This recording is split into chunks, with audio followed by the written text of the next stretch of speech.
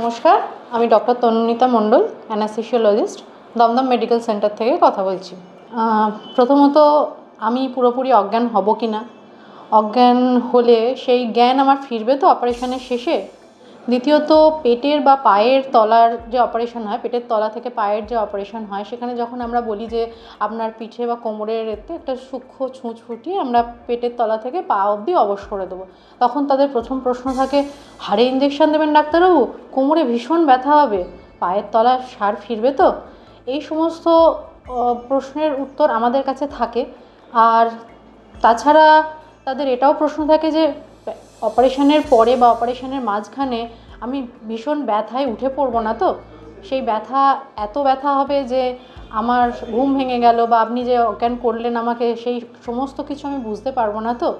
আসলে আমরা অজ্ঞান করার সময় যে সমস্ত ওষুধপত্র দিই, তাতে পেশেন্ট অজ্ঞান হওয়া মানে তার কনসাসনেস বা ব্যথা দুটোর কোনোটাই তার দ্বারা অনুভূত হয় না।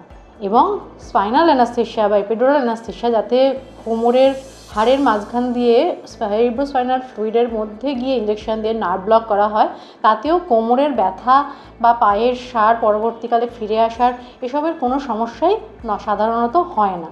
সুতরাং অ্যানাস্থেশিয়া প্রসিডিওরে এই সমস্ত কিছুই সেফলি এবং কনসাসলি সমস্ত ব্যাপারটাকে ইনভলভ করে নিয়ে করা হয়।